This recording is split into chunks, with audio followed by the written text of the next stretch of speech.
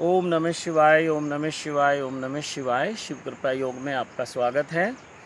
तो बहुत सारे मित्रों के ऐसे सवाल आते हैं, क्वेश्चन आते हैं, जिज्ञासाएं आती हैं, वो चक्रों के बारे में जानना चाहते हैं। तो जैसा कि आप सब जानते हैं, आपने पढ़ा होगा, सुना होगा कि हमारे शरीर में 7 चक्र होते हैं। पहला चक्र हमारा मूलाधार है, दूसरा चक्र हमारा स्वाधिष्ठान है, तीसरा चक्र हमारा मणिपुर है, चौथा चक्र हमारा अनाहत है, पांचवा चक्र हमारा विशुद्धि है और छठा चक्र जो है वो आज्ञा चक्र है, सातवां सहस्त्रार्थ है। तो इन तीनों का अलग अलग महत्व है, अलग अलग उपयोगिता है।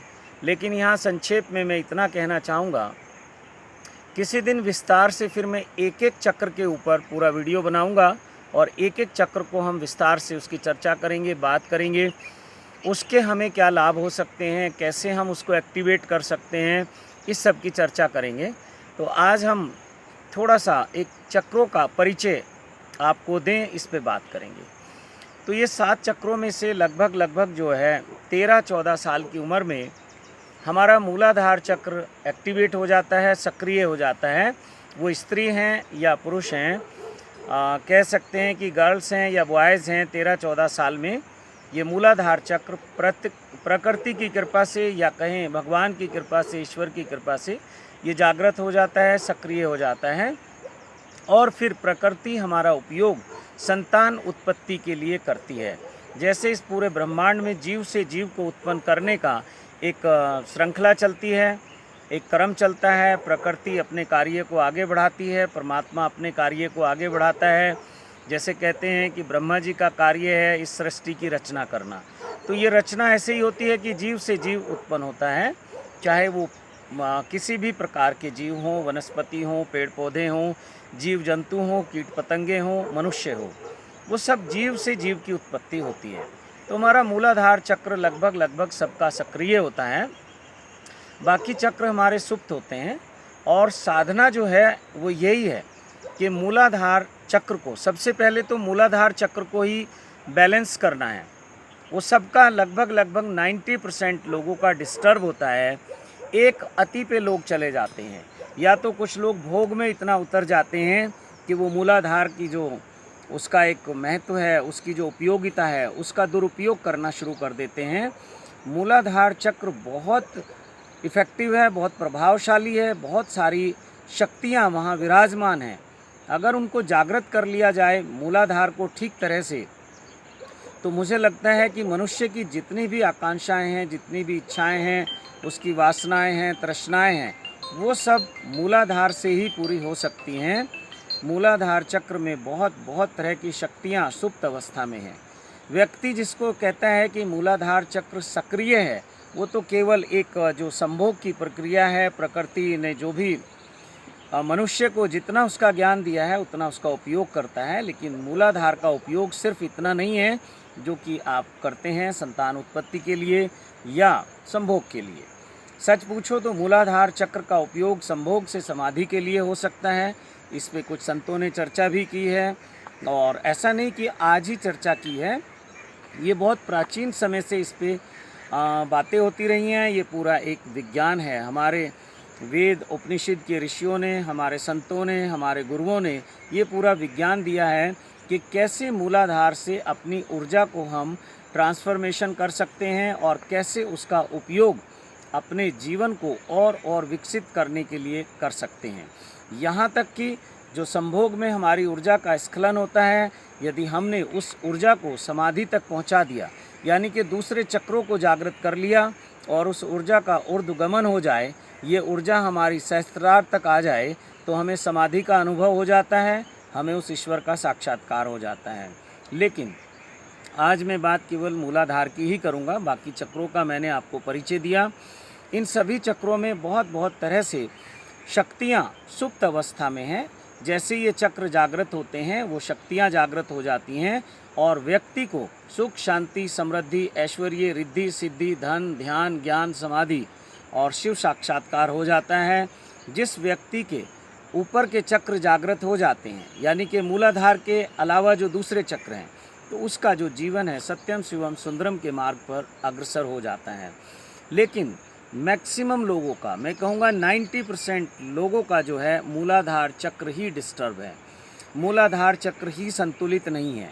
या तो व्यक्ति बहुत भोग में अटक जाता है या व्यक्ति योग में अटक जाता है, या तो वो इतना भोग में डूब जाता है कि इसके अलावा उसके पास कुछ और है ही नहीं, किसी और सुख को, किसी आनंद को वो अनुभव ही नहीं कर पाता। बस केवल यही एक सुख उसने देखा है, यही सुख उसने जाना है, और प्रकृति ने आपका उपयोग करना है, इसलिए प्रकृति ने उसमें कहीं कुछ वो जो सुख के कुछ क्षण हैं वो उसमें आपको महसूस होते हैं। ये प्रकृति की देन है, ताकि आप वहीं उलझे रहें। लेकिन अगर इसके ऊपर के चक्रों में आप जाएंगे तो वहाँ परम आनंद की अवस्था है, और सतत एक आनंद की अवस्था है, जिसको हम कहते हैं सत्य चित्त आनंद। ये ऊपर के चक्रों पे जब ऊर्जा जाती है तब उसको महसूस कर सकते हैं।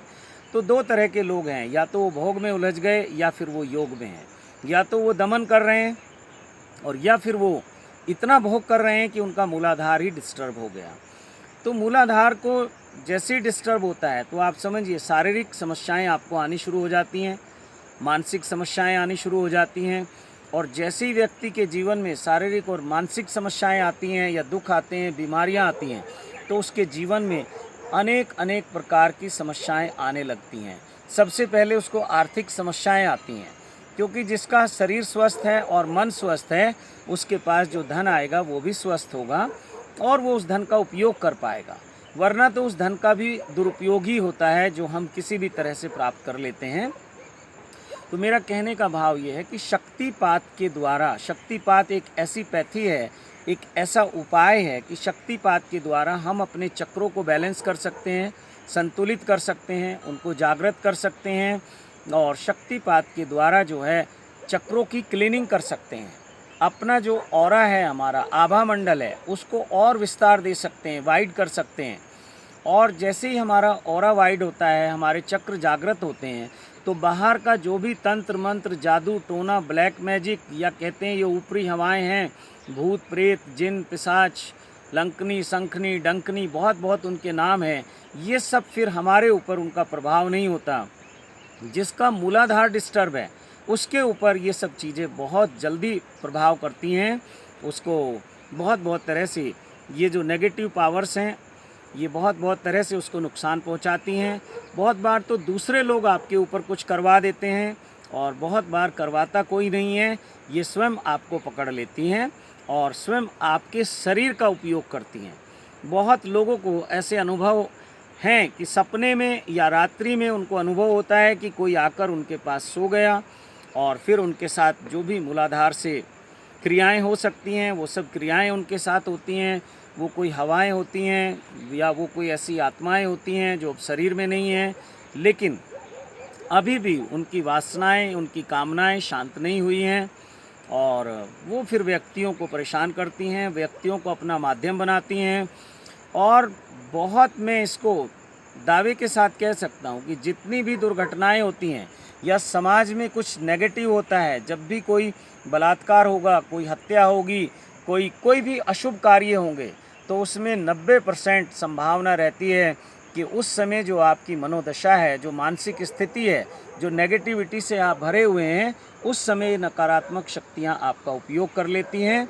और ठीक इसके विपरीत जो 10% लोग हैं जो बहुत आध्यात्मिकता से भरे हुए हैं, बहुत जप तप अनुष्ठान ध्यान साधना करते हैं, तो उन 10% लोगों का उपयोग आध्यात्मिक जो शक्तियां हैं, या कहें कि देव शक्तियां हैं, या कहें कि सकारात्मक ऊर्जा जो है वो उनका उपयोग कर लेती है, और वो 10% लोग सत्यम शिवम सुंदरम के मार्ग पे चलते हैं, 90% लोग अशुभ मार्ग पे चलते हैं, अपना भी नुकसान करते हैं, दूसरों का भी नुकसान करते हैं।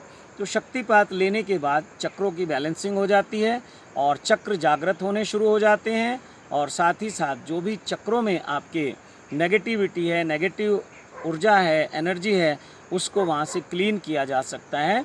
यानी कि आपके चक्र जो हैं वो बहुत सुदृढ़ हो जाते हैं, मजबूत हो जाते हैं, और वो पूरा विज्ञान आपको बताया जाता है कि कैसे आप अपने चक्रों को और जागृत कर सकते हैं, कैसे आप इस ब्रह्मांड से उन देव शक्तियों का आह्वान कर सकते हैं, और कैसे आप उनसे लाभ ले सकते हैं सत्यम शिवम सुंदरम के। मैं बहुत बार पहले भी कह चुका हूँ कि जो भी आह्वान का विज्ञान है, देव शक्तियों का विज्ञान है, या जो ब्रह्मांड में आत्माएं हैं वो नेगेटिव हैं या पॉजिटिव हैं, उनका उपयोग हमने सत्यम शिवम